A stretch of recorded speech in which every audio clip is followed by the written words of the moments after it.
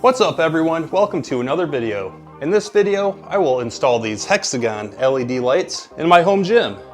These are the ones I purchased because they were the best value at the time, but it's a popular generic item available from countless different sellers. So here's the lighting in my home gym before the Hexagon lights. I just had a couple of shop lights that I took from my garage.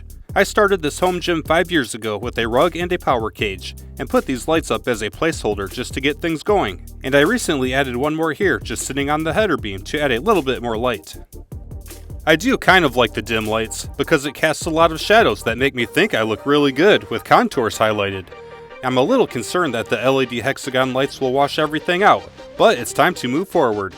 And here are the new LED Hexagon lights. Let's get everything opened up, laid out, then we'll check it out in detail. Here is the LED light tube. This is the bottom LED side, and this is the top ceiling side. There's an electrical connector on both ends. There are 47 included. The kit only needs 46, so one is a spare. Here's the 120-degree V connector. This hole is for mounting it to the ceiling with the included screws and anchors. There are 16 in the kit, and one is a spare. And here is the 120-degree Y connector with 3 connections. Again, this is for mounting it with screws. There are 22 in the kit and one is a spare. Next is the 1.5 meter long power cable to power the lights. Then there are screws with anchors to mount it, or zip ties to mount it. Wire nuts if you want to hardwire it instead of plugging it into an outlet. And last, some basic instructions, and that gets us through it. The instructions show assembling it like this, but I'm going to lay it out like this to fit my space better. They both have 11 hexagons, so we'll see how it goes. I'm going to assemble it all on the ground here and test it first, then mount it up there. It's very easy to assemble, just insert the LED tube into the connector and plug it in. I will continue to build out one full hexagon with 6 tubes and 6 connectors, then I'll speed run through the rest of it. And here it is. Just fully push the LED tubes into the connectors and you're all set. It's easy. And here's building out the rest of it. I just turned on some music, took my time, and enjoyed the process. Things went smoothly, but as I reached the end, I encountered a predicament. There are not enough pieces to complete this hexagon. Even though my alternate layout still had 11 hexagons, the shared edges and corners worked out differently, so I will move the hexagon here, and it will look like this, which is no problem at all. And that finishes the assembly. I have 2 leftover LED tubes, and 2 leftover Y connectors. In regard to the Y connectors, I placed the mounting hole here. It could also be placed here or here, but I kept them all in line in the center. Boom, boom, all the way down. This Y connector is to plug it in with the cord. And this is an extra Y connector because I ran out of V connectors as a result of me rearranging things. Now it just needs to be mounted on the ceiling. But first, let's plug it in and make sure everything works. And it does! It's not really prevalent in the video, but this thing is bright. Let's turn off the other lights. With the other lights off, this thing illuminates the whole room, even though the lighting surface is sitting on the ground. I'll unplug it to show you. Without these lights, it's literally pitch black, and these lights light up the whole room pretty well with the main lighting surfaces blocked on the floor. With everything working, next it's time to mount it on the ceiling. I'm mounting it to floor joists on typical 16-inch centers, so those anchors are not applicable.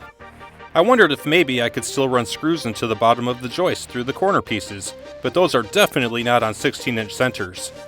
And checking the other direction just for fun, these are also not on 16-inch centers, so if you hang them with the anchors, they will just be in the drywall. So I will be using the zip ties for this installation. My plan is to install a screw in the side of the joist wherever there is a light tube crossing perpendicular, and hang it from the screw with a zip tie. So let's get these other lights out of here. Now, the new lights are centered in the room with 14 inches here and 14 inches over there. Looking at the perpendicular tubes, these will hang from this joist, these will hang from this joist, this will hang from this joist, and so on, all the way down. Planning ahead, I determined how far off the wall all the perpendicular tubes will be. Then I measured and marked everything on the appropriate joists, and pre-installed all of the screws. Although this is very lightweight, it could not go up as one assembly. I'm sure it would crack some of the corner connectors. I split it into 3 sections to make it easier to install by myself. And then I pre-installed all of the zip ties to make it super easy. All I have to do is set it on the screw, then tighten it. So here's the first section going up. It's lightweight, and holding it up by myself was absolutely no problem. I just moved along the line and hung the zip ties on the screws. It was pretty simple. And here's the other two sections getting hung up, as well as reconnecting them together to be one assembly again. Next, I suppose I should plug them back in to see if they still work. And boy oh boy, wow oh wow, they sure did work. My first impressions were that they were awesome. They looked awesome, and they were bright. And they looked awesome. And they're bright. It's going to be different in here. But to conclude my initial impressions, they are very cool. And bright, which is different, but overall, awesome. Currently, everything is still hanging from the zip ties, so let's zip them all up to the ceiling. And I just moved down the line zipping everything up, but this time I used a stool to make it a little easier. I was really reaching when I hung them.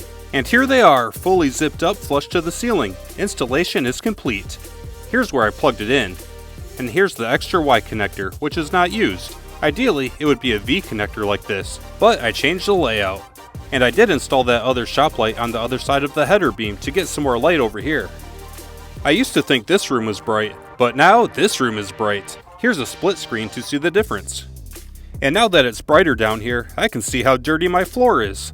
That's how it goes having the furnace down here, blowing stuff all around.